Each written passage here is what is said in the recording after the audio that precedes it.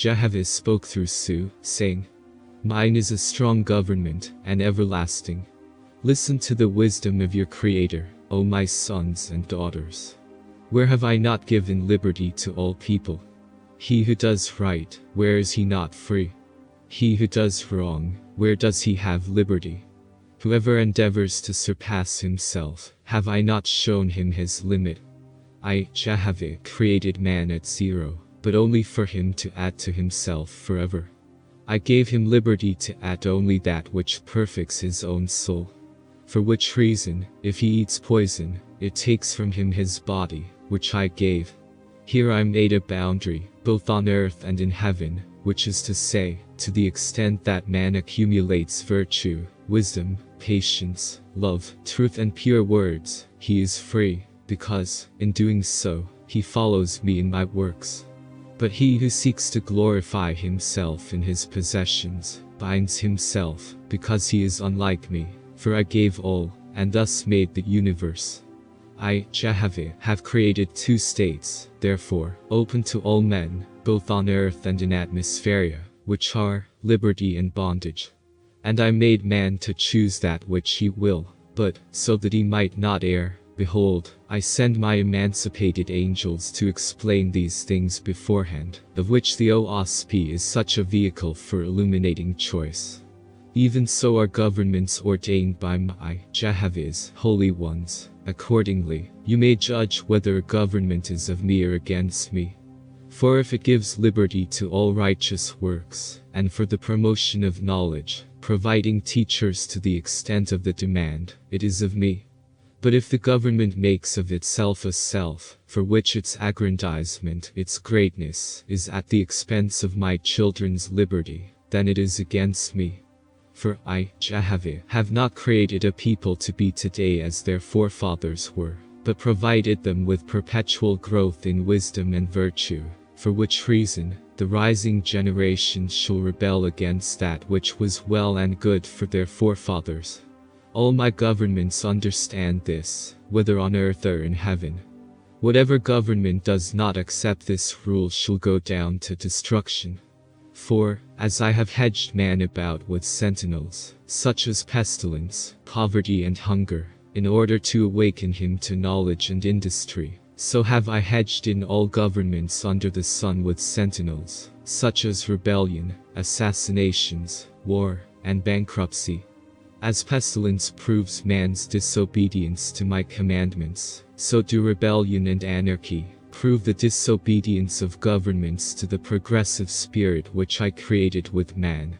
The self-God says, I will make a strong government, by armies and cruel masters, I will bind the subjects in my dominions. And he draws up a multitude of laws, and heaps up books to explain the laws, and finds judges to explain the books that explain the laws, and he says, Behold how wise I am. Behold the great wisdom of my judges. Behold the great learning of my books. Behold my most perfect laws. Behold my armies that stand in great power behind all. But lo, a star appears in heaven, and all his fabric, the fabric of man's devising, gives way like a spider's web. For instead of choosing his Creator, who is strong, he, which is to say, man, erected things that were as nothing. Hear your Creator, O my God, for through my Son, Su, I, Jehovih, bequeath a new light to the lower heaven. For, as you have portioned to the self-gods to take kingdoms, suffer them to hedge themselves around with a multitude of laws. But you yourself shall have no laws except the rites and ceremonies, which you shall adorn with music and processions.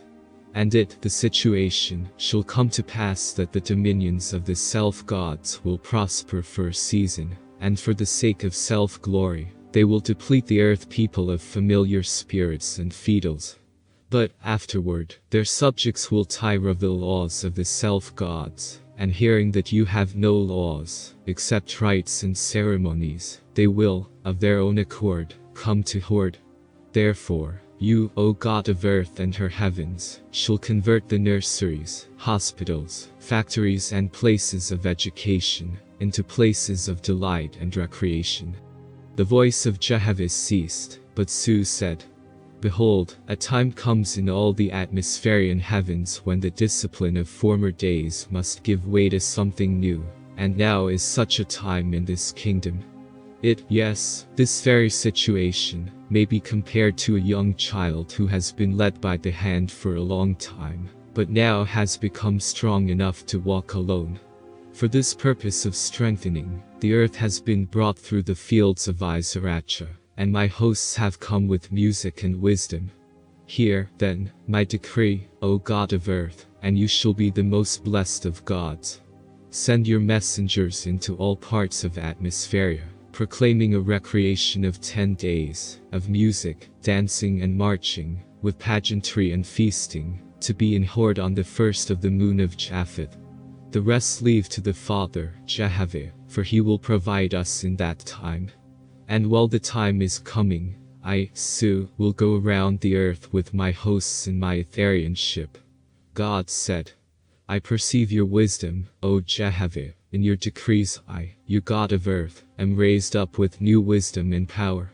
Oh, that I could have devised a way for them, the inhabitants of earth, before they fell so low.